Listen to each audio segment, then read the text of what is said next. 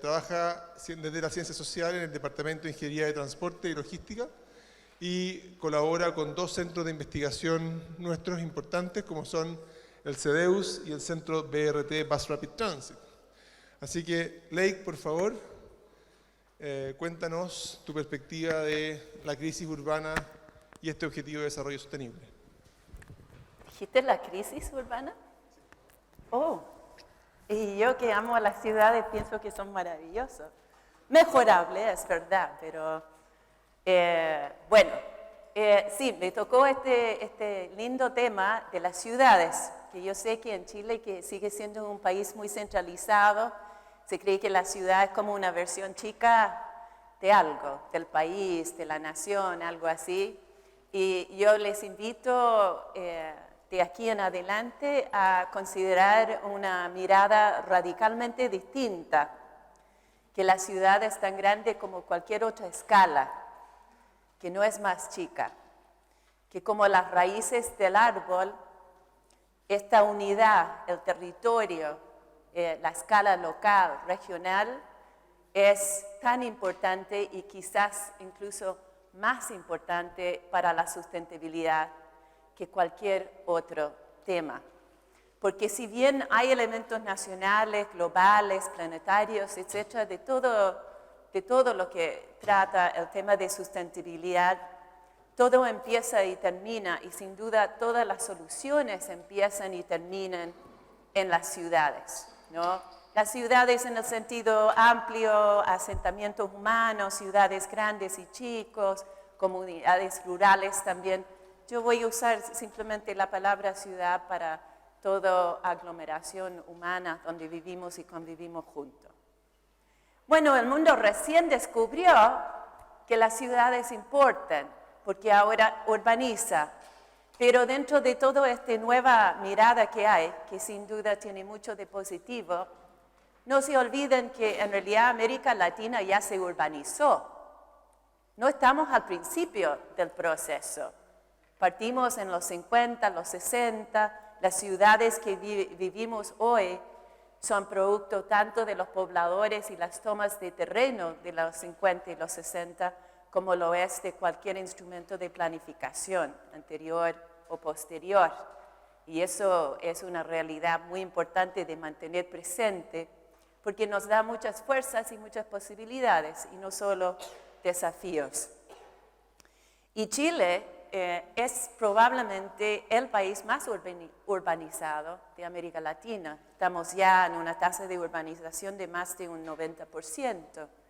Entonces, las experiencias y lo que hacemos nosotros son sumamente relevantes para el resto del mundo que urbaniza. Y particularmente porque en América Latina y Chile también estamos enfrentando desafíos de sustentabilidad en conjunto con desafíos de democratización. No digo democracia porque ese es otro tema. Democratización, de crear democracia, de hacer cultura democrática en todos los niveles y todos los espacios. Y también de igualdad o equidad. Y vamos a hablar un poco de eso. Esta presentación es un poco distinto a lo que yo normalmente haría para un curso, pero se me ocurrió que podría ser entretenido. Es un experimento que ustedes van a tener que acompañarme a ver si funciona, pero estamos culminando una serie de investigaciones y esta presentación es como la intersección entre estas distintas miradas. Porque el problema no es solamente cómo está la ciudad, sino cómo miramos la ciudad, cómo estudiamos la ciudad. Cuando nuestras instituciones y nuestras universidades son tan segmentadas y tan separadas que no somos capaces de tomar el territorio como un todo. Tenemos que hablar de una cosa, del transporte, del patrimonio, de la vivienda, y esos son hasta ministerios distintos, disciplinas distintas, etc. Por lo tanto, enfrentamos un gran desafío. Entonces, quisiera partir con algunas atribuciones que para mí son muy importantes.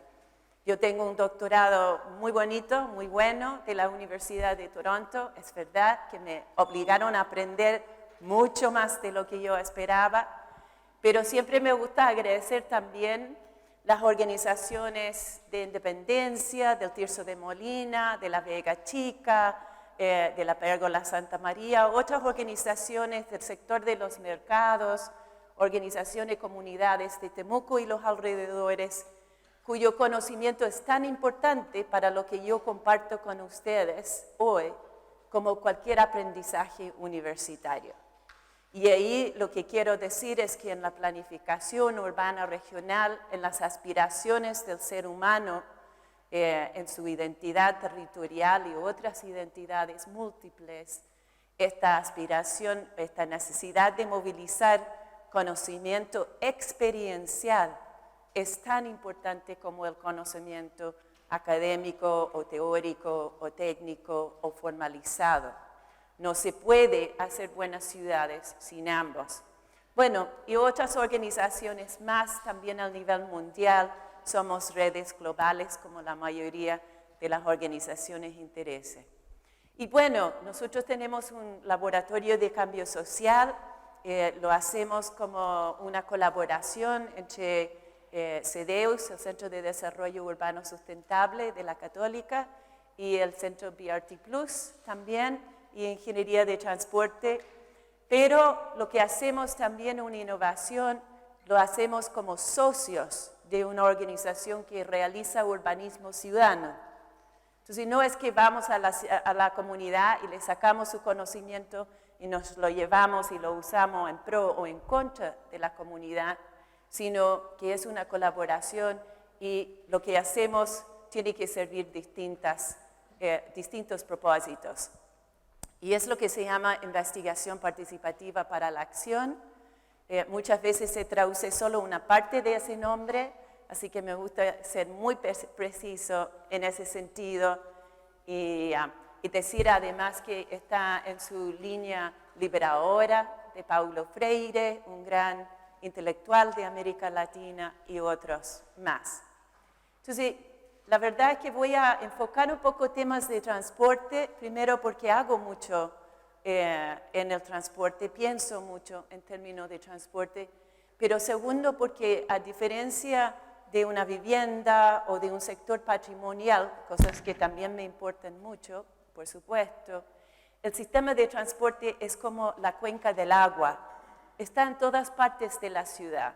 Cuando funciona bien, cuando aporta la justicia, la equidad, la integración social, es una gran cosa. Pero cuando se centra en la automovilidad, el autocentrismo, el automóvil como el paradigma dominante de toda decisión en el plano urbano regional, nos metemos en problemas, como bien lo hemos hecho en Chile como medio mundo. Nos sirve hablar de la automovilidad como si fuese un fenómeno natural. No lo es.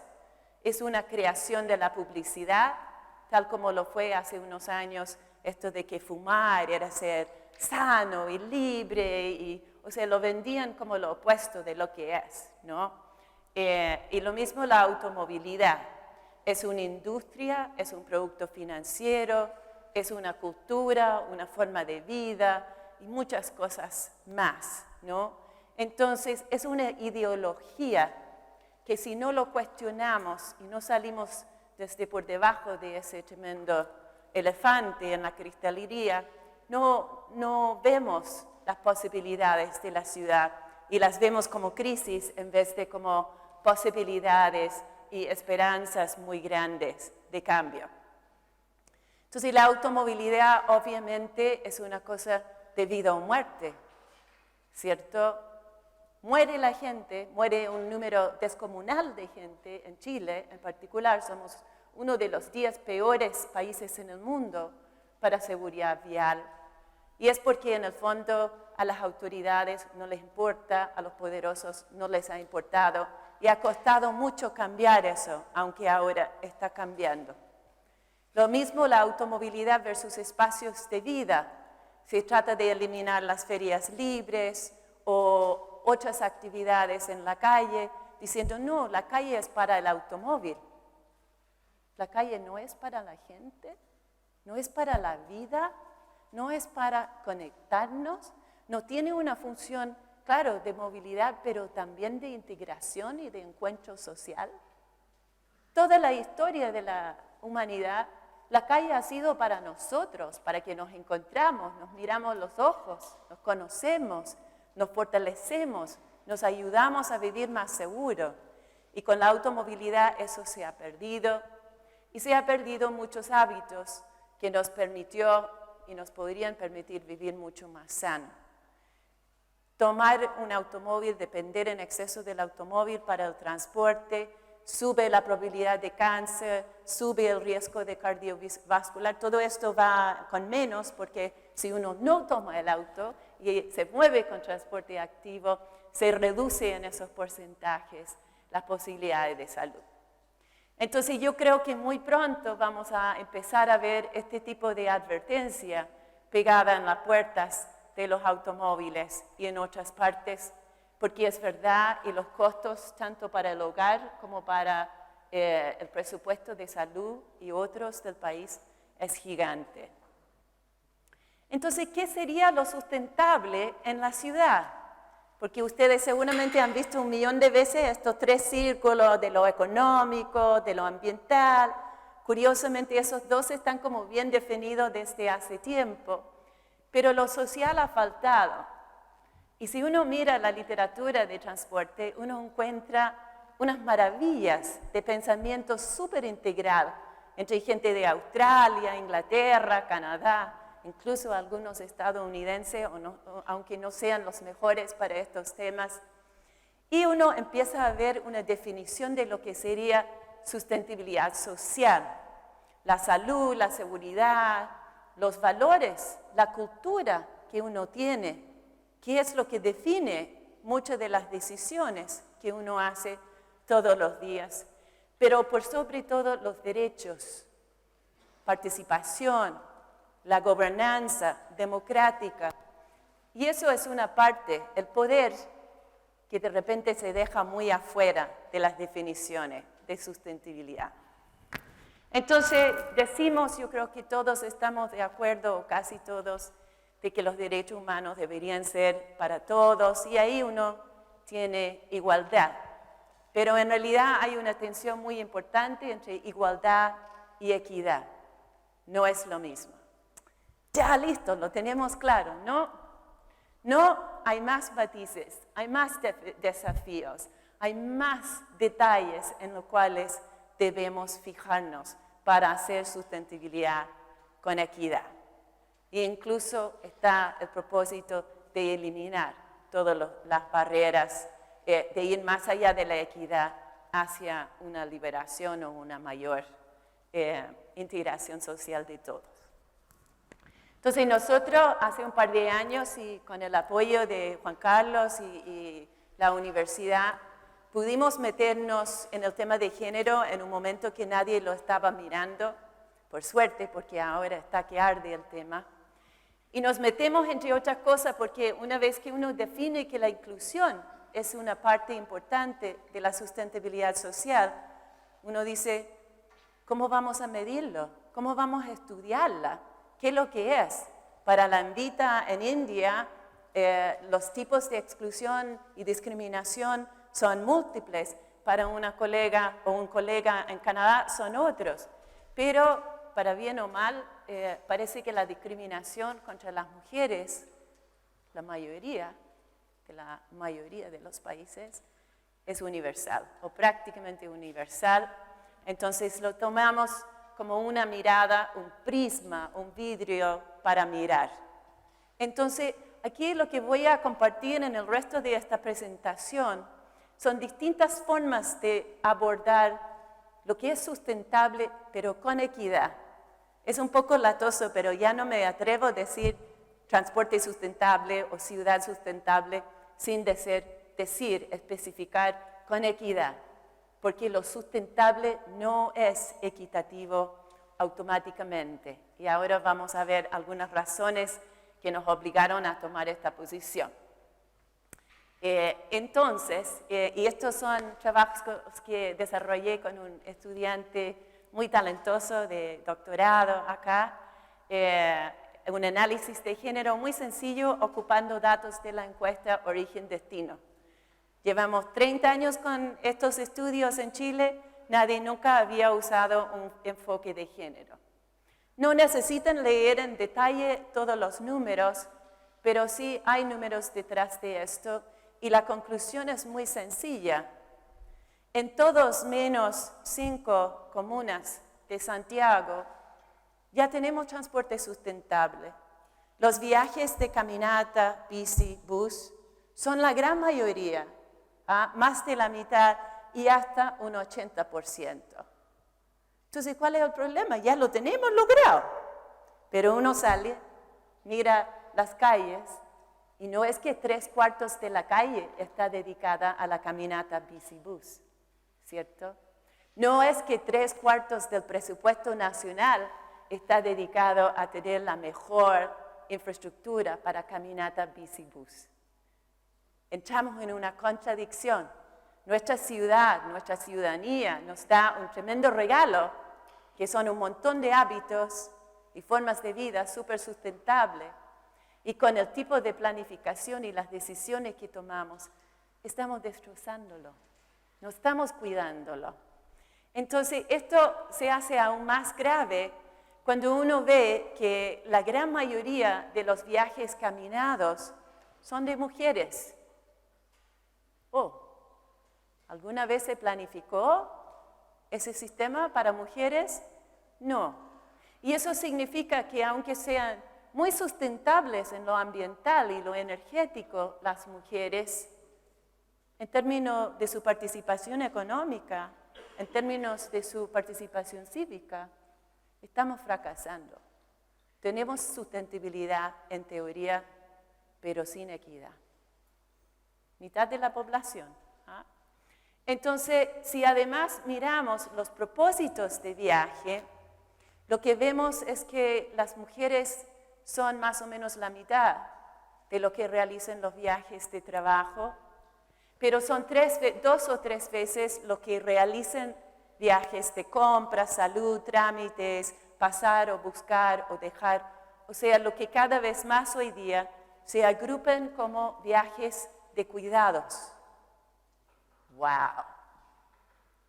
Y esos viajes de cuidado son casi la mitad de los viajes en día de semana y son 2/3 el fin de semana.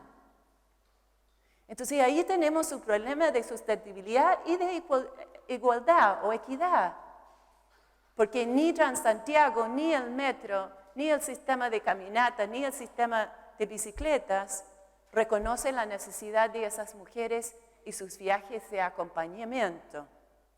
Y si no reconocemos esos viajes de las mujeres, se nos hace aún más difícil que los hombres empiecen a realizar estos viajes también, ¿no? Porque todo es complicado y las mujeres se han convertido en tremendas planificadoras de transporte desde abajo, desde la vida cotidiana, y vamos a ver algunos ejemplos. Entonces, pero esto es muy interesante también, porque si nosotros realmente lo tomáramos en cuenta, podríamos eliminar un montón de viajes, acercando los destinos a los barrios. Todo barrio debería tener un buen consultorio dentro de una distancia caminable o ciclable, buenas escuelas básicas para que los niños vayan caminando, porque ojo, los niños chilenos estamos de nuevo entre los 10 peores países con índices de obesidad y sedentarismo, con todo lo que esto significa para una salud y una felicidad bastante limitada en la vida, ¿no?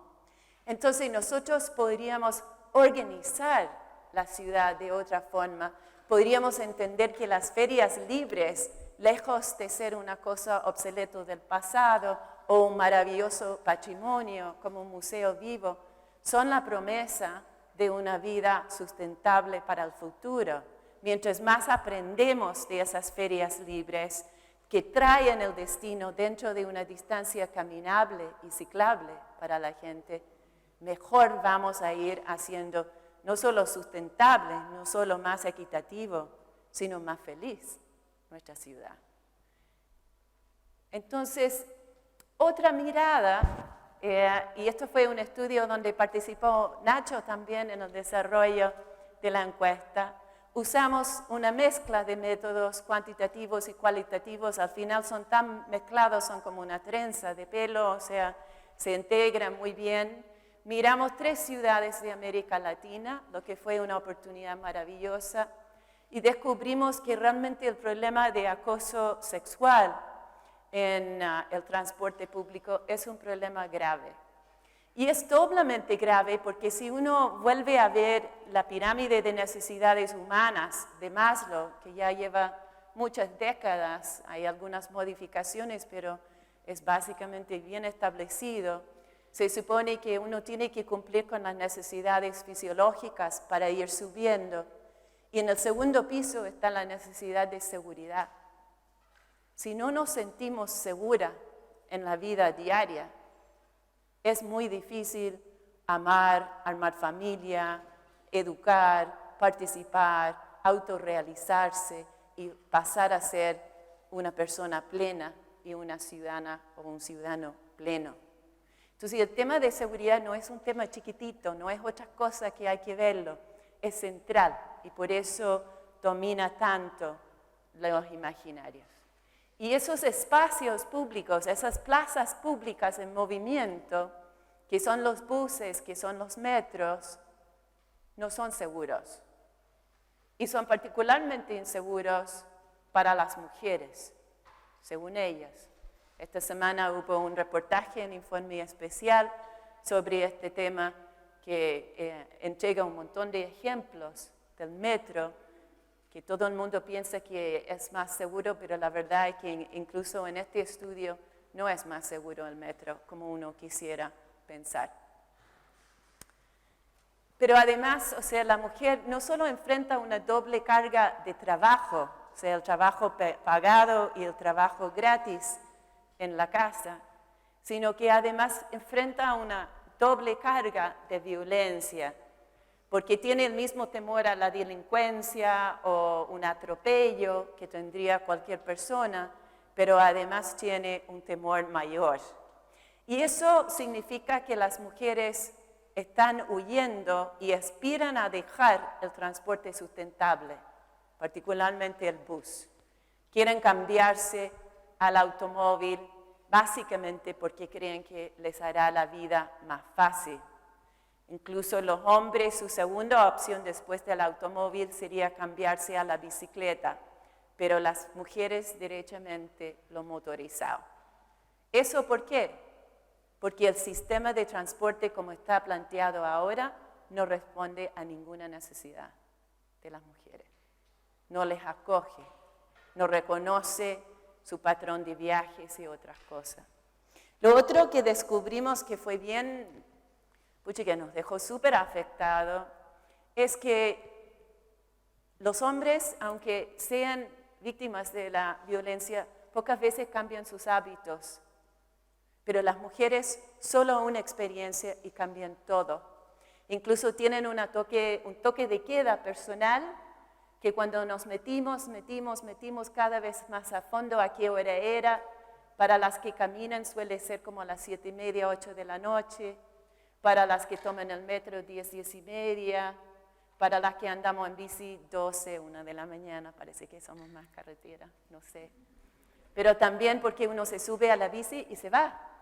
No queda esperando en un paradero, temorosa, no tiene que cruzar un puente aislado. No, uno puede moverse, tiene una capacidad de maniobra en la ciudad que es muy importante.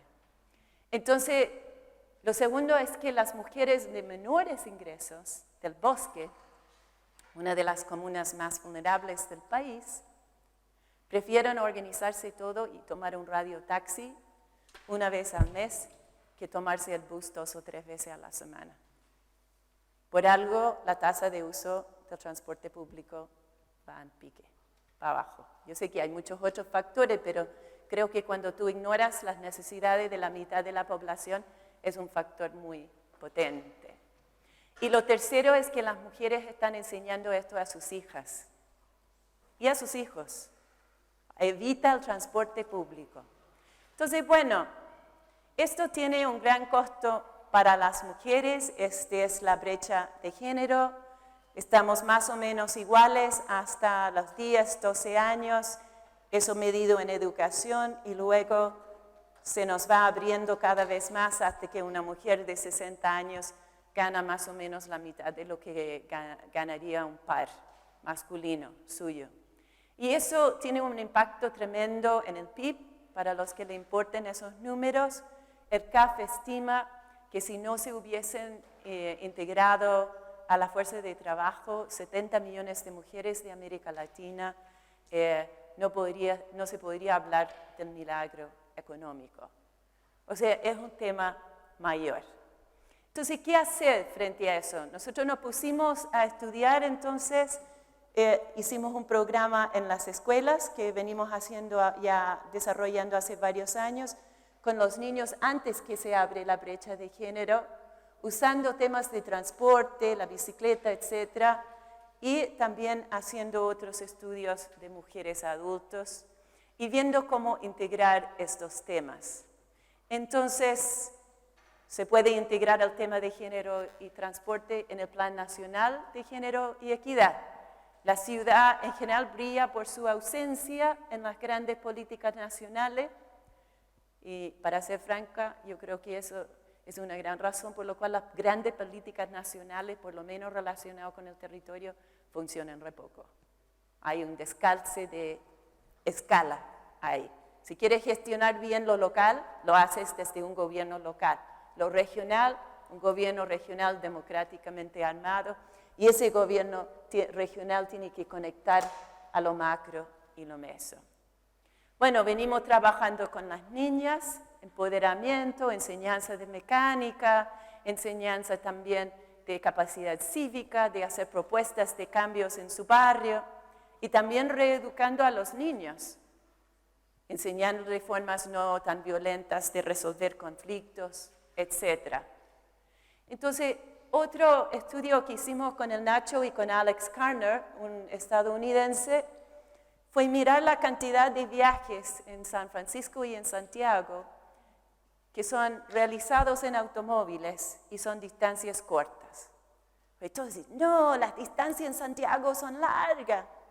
Sí, pero muchos viajes son cortas, casi la mitad. Entonces, todo lo que hay en ese verde son viajes en auto que serían mejor realizados caminando, menos de 2 kilómetros. El naranjo, menos de 8 kilómetros, que es ciclable en 15, 20 minutos, o por uno mismo en su propia bicicleta, una bicicleta pública, o en una bicitaxi, que es otra opción.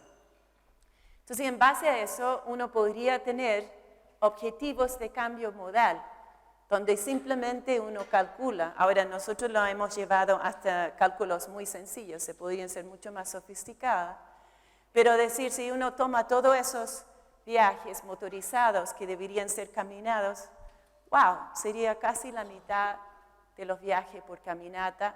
Eso reduce el espacio pavimentado, eso significa que el agua puede caer del cielo, llegar a las napas subterráneas, restaurarlas, etc. ¿Ah? O sea, hasta el agua, que parece un tema macro, también tiene una expresión territorial. Bueno, y eso permitiría una mejor distribución del espacio físico y de los recursos. Para que uno pueda vivir libre del automóvil, tiene que pasar cosas, ¿no? La gente aspira a tener un auto porque el auto es el privilegiado, es el rey de nuestras calles y espacios públicos. Para eso tenemos que pasar de la multimodalidad, muchos medios de transporte, a la intermodalidad. O sea, que uno puede fluir por la ciudad tomando el tipo de transporte que corresponde, caminando bajo árboles, protegido del sol, de la lluvia, que uno puede, si uno es una enfermera, uno puede tomar un turno nocturno sin temor a su seguridad, porque puedo subir una bicicleta a la portacletas del bus, eso significa que tomo en el troncal, que no estoy esperando a altas horas de la mañana, cuando el servicio es escaso, si es que existe. Llego al Troncal, me subo con mi bicicleta, me bajo, cruzo el puente al barrio y estoy sin mayor problema ni peligro. Entonces ahí hay oportunidades en nuestro medio que tenemos que potenciar mucho más. Bicicletas públicas, portacletas, aplicaciones, que significa que tú puedes saber exactamente cuándo te va a llegar un bus o un bicitaxi, que puedes acompañar a tu papá enfermo de cáncer a su tratamiento en el Hospital Regional de Temuco y llegas al paradero rural que queda a 5 cuadras de la puerta y hay un circuito de bicitaxi que te pasa a buscar y te deja exactamente donde tienes que estar. Una distancia muy corta no justifica un viaje motorizado, el daño que le hace a la ciudad. Y con Nacho también hicimos un cálculo bien interesante de un viaje de una empleada que vive en Puente Alto, con una hija, madre jefa de hogar, que actualmente para llegar a una pega en el barrio alto, la dehesa, por ahí, tiene que gastar más o menos 1/3 de sus ingresos mensuales. Si esa mujer, y eso es más de lo que sería la canasta de alimentos básicos para ella y su hija.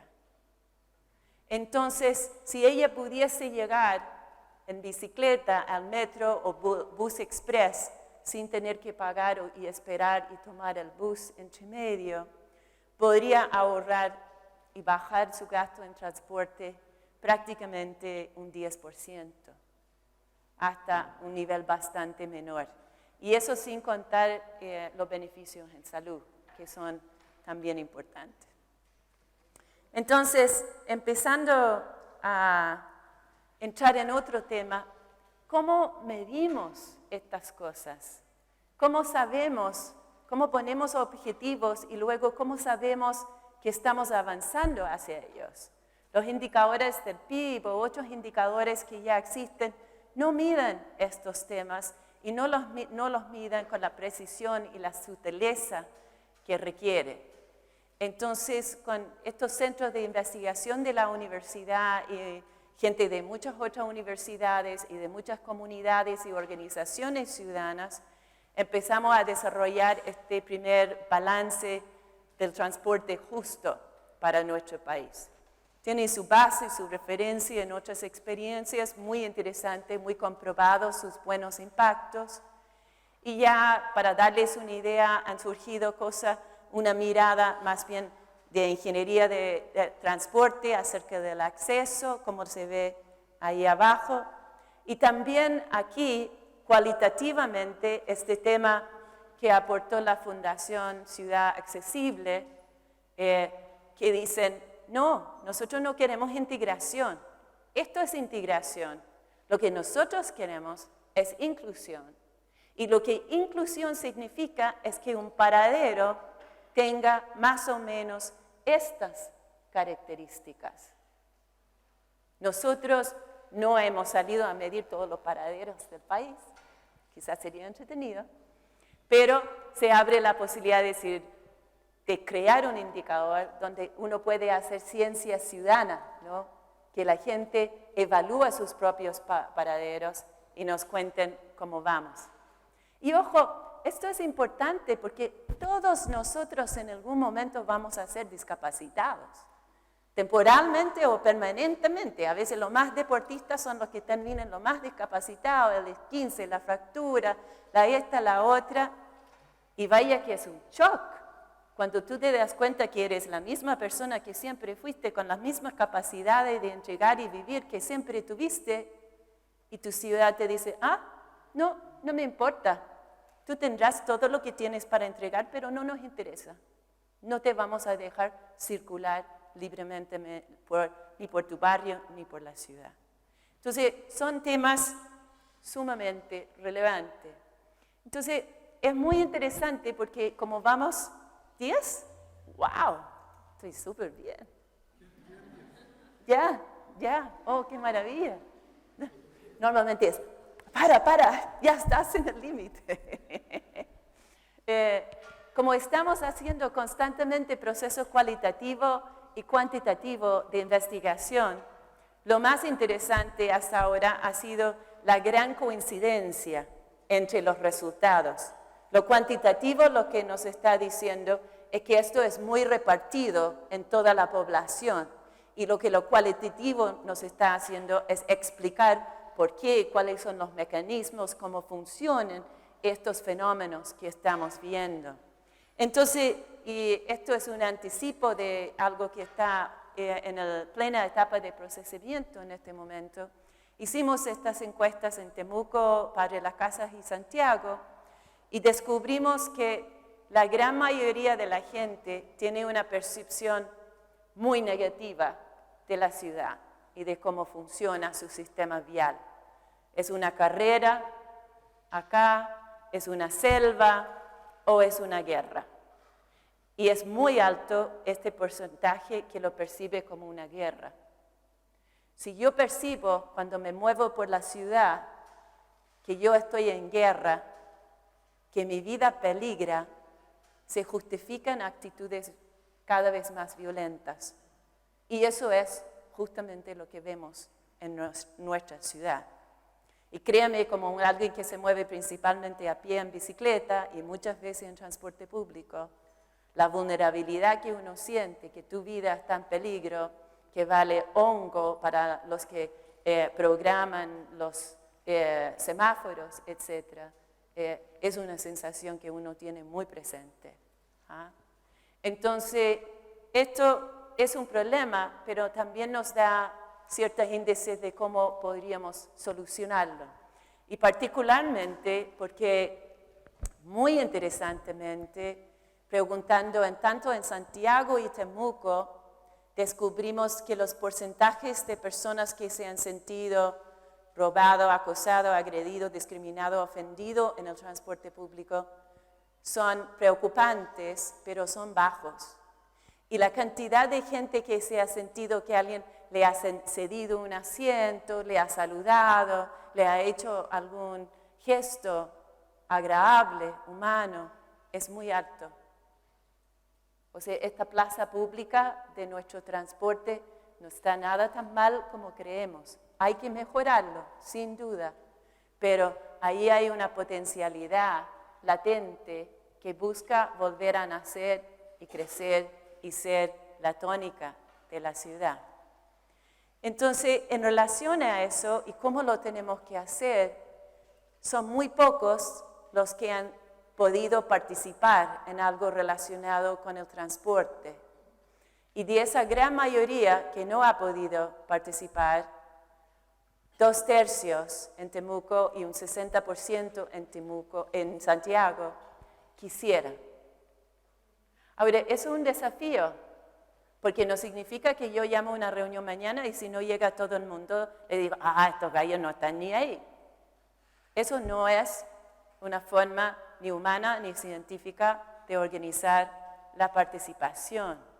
Tiene que ser muy diverso y tiene que acoger distintos aspectos. Por sobre todo la ciudadanía, las organizaciones ciudadanas tienen que formar la mayoría de cualquier institución que monitorea la calidad del sistema. Súper revolucionario para Chile. Pero lo hace Transport for London, lo hacen otros y tiene mucho más credibilidad. Porque una instancia pública o privada que se autoevalúa tiene 0 credibilidad, o quizás un poco más, pero en general es una barrera muy importante. Entonces, eso significa también adaptar la participación a la gente, no la gente a la participación. Si tú llegas a un evento de participación y te dicen, no puedes hablar de eso, no puedes decir eso, no puedes expresar una opinión, solo puedes hacer preguntas, no te están respetando. No es una participación de verdad. No va a construir nuevos acuerdos porque no está permitiendo poner nuevas visiones en la mesa, en pie de igualdad. con las visiones de los que actualmente detenten el poder. Entonces, una cosa que hemos hecho innovando en Temuco es llevar la participación a las poblaciones, los cerros, los pueblos chicos. Y todos dicen, sí, pero esos grupos chicos no son representativos. Pero si uno mira los resultados de la encuesta del balance de transporte justo, son absolutamente consistentes con lo que levantamos en esas sesiones pequeños, con 8 personas, con 25 personas en el territorio. Ahora, eso significa un buen diseño del proceso de participación, no hacerlo al lote. Y también significa ajustar el proceso. Entonces, llegan las autoridades a la primera sesión de participación en Padre Las Casas y le dicen, ya, esto es nuestro plan regional. Llegan como los primeros 10 minutos, yo me doy cuenta que está a punto de pararse la mitad de la gente e irse, le paro, por suerte son muy buenos socios los que tenemos ahí, le digo, Rodrigo, yo creo que tenemos que hacer esto al revés. Y efectivamente paramos todo e hicimos una ronda de opiniones de la gente. Y lo primero que dijeron es, yo no creo en esta cuestión. Obvio, ¿por qué tienen de creerlo? Si durante años se les han ido a preguntar a poco o no, ni siquiera les han preguntado, les han impuesto. Conversación, la Ceremi, todo su equipo con la gente, 2 horas, frustraciones por un lado, frustraciones por el otro y al final, wow, ok, estamos comprometidos con este proceso. Veamos si juntos podemos convencer a Santiago que nos financien el tren regional, que nos financien esto, que nos permitan hacer esto y lo otro y lo otro. ¿Ah? En esto empieza a entrar también el tema de introducir no solo una técnica o un diseño, sino estrategias que combinen estrategias de diseño, estrategias comunicacionales y estrategias sociales para posicionar ideas. Entonces, estamos todavía debatiendo en CDEOS, en nuestro grupo de acá, si la traducción correcta de una estrategia que promete mucho, calles completas, es calles completas, o calles integrales, o calles inclusivas, o lo que sea. Pero alguna versión de esa mirada que sea comunicativa, que sea técnica, pero también que sea sociocultural, es lo que estamos buscando ahí y ha sido muy valioso.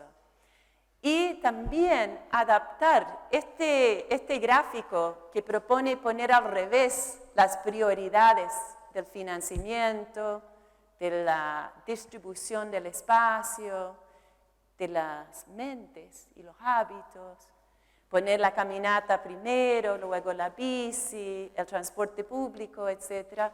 Hizo furor tanto en la participación de Nueva Alameda Providencia como también en Temuco, hasta tal punto que nos dimos cuenta que no podíamos seguir, por más que queremos a los daneses, y aquí no tienen que entender toda esta cuestión, yo por lo menos me cuesta un buen tiempo, pero lo que está mostrando es que tal como la gente le gustó esta imagen, y puedo decir que le fue muy importante, la encuesta demostró lo mismo, que hasta los automovilistas proponen que debería haber mucho más y más espacio para la bicicleta y para la caminata, incluso mucho menos y menos espacio para el automóvil. ¿Ah?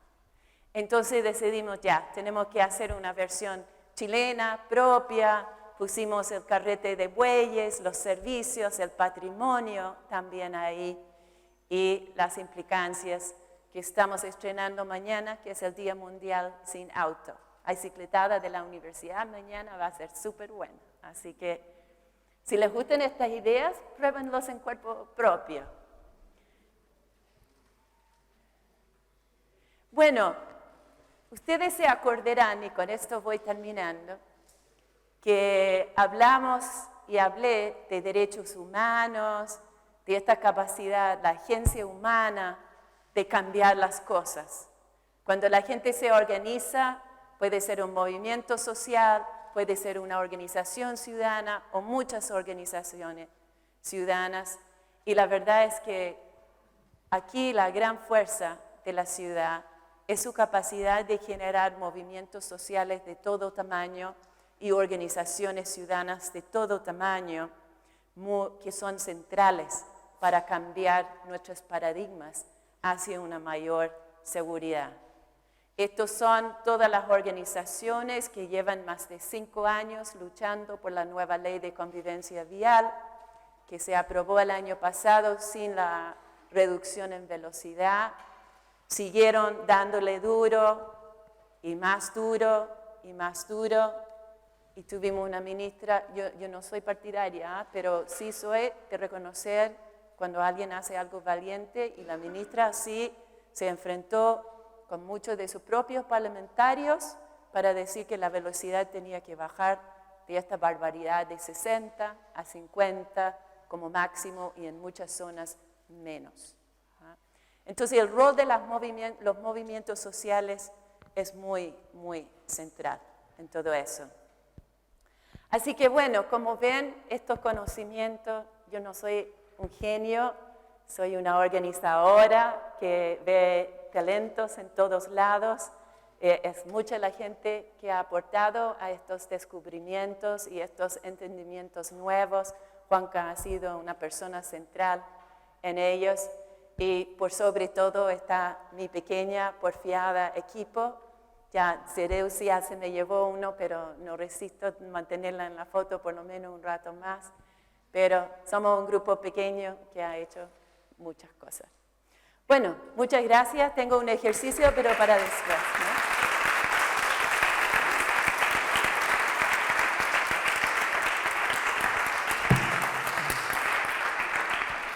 Una pregunta para Lake.